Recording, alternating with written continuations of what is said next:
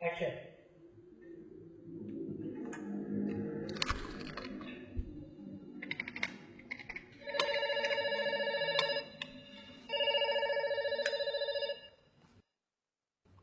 Iya. Halo, selamat siang Pak Ami. Selamat siang. Iya Pak Ami. Saya perkenalkan, nama saya Dimas dari Bank KRUT Pak. Ada apa Mas Dimas? Boleh minta waktunya 2 menit sebentar aja Pak. Saya ada kabar gembira buat Pak. 2 menit ya, tapi nanti kita gantian ya. Oh begitu. Ya Mas Dimas 2 menit, kemudian saya ya, nggak masalah? Oh ya boleh, boleh. Gitu. Boleh, nah, silakan Mas Dimas duluan, ya monggo.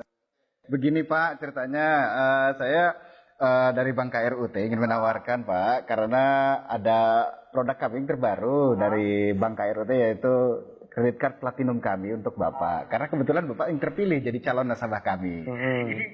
Lumayan besar Pak, fasilitasnya banyak sekali. Kita banyak cashback di beberapa merchant yang terbesar di seluruh Indonesia Pak ya. Kemudian kita ada fitur juga yang Bapak bisa melakukan pencairan dana tunai selama sedikitnya 30 juta dan paling cepat 2 hari Pak pencairannya. Berapa hari? 2 hari. Insya Allah ya. Ya, iya Pak, betul Pak.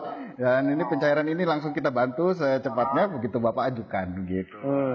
Gimana Pak? Bapak tertarik? Apalagi ini belum ada bebasan annual fee tahunannya Pak. Baik. Sebelumnya saya boleh tanya dulu ya? Boleh Pak. Nggak masalah ya? Baik. Mas Dimas Muslim? Saya, iya Pak, betul Pak. Alhamdulillah ya, kita sama-sama Muslim. Mas Dimas pernah dengar nggak tentang riba? Iya, pernah dengar maksudnya. Iya. Pernah kebayang bahaya riba nggak? Bahaya riba? Iya tahu Pak. Mungkin pernah dengar hadisnya atau ayat Qur'annya. Pak. Tapi Pak, bagaimana? Masih tertarik Pak dengan kartu kredit platinum kami Pak? Nanti kita lanjutkan. Saya boleh cerita dulu? Ya, boleh.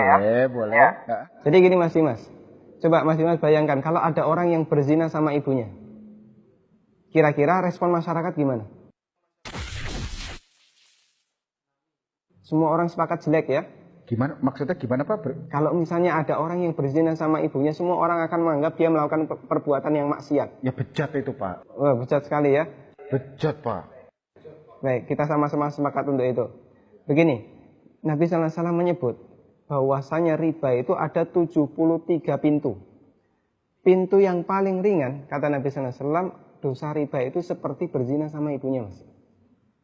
Itu nilai dosa riba yang paling ringan. Coba kalau Anda tadi tawarkan 30 juta, itu berapa nilai ribanya? Ya, tapi kan... Saya lanjutkan boleh? Ya, kita lanjutkan dulu ya. Saya sebutkan, ini ada beberapa fase kehidupan manusia. Orang yang makan riba semuanya mendapatkan azab dari Allah. Pertama, ketika di dunia, orang yang makan riba itu ditantang perang oleh Allah. Coba Mas bayangkan. Kata Allah Subhanahu wa taala, ya ayyuhalladzina amanu taqullaha wa dharu ma baqiya minar riba. Wahai orang yang beriman, bertakwalah kepada Allah dan tinggalkan semua bentuk riba. Fa in lam taf'alu fa'dzanu biharbi minallahi wa rasulih. Kalau kamu masih ngeyel, enggak mau meninggalkan riba, umumkan perang dengan Allah dan Rasulnya. Coba, kalau kita ditantang perang oleh Allah dan Rasulnya, kira-kira ada enggak peluang untuk menang? Enggak ada ya? Ampun Pak. Ini yang pertama. Yang kedua, orang yang mati dalam kondisi membawa dosa riba, makan riba, nanti dia akan dihukum di kuburan dalam bentuk berenang di sungai darah. Masya Allah, berenang di sungai darah. Kata Nabi SAW, beliau pernah menceritakan mimpinya, dan mimpi beliau itu wahyu.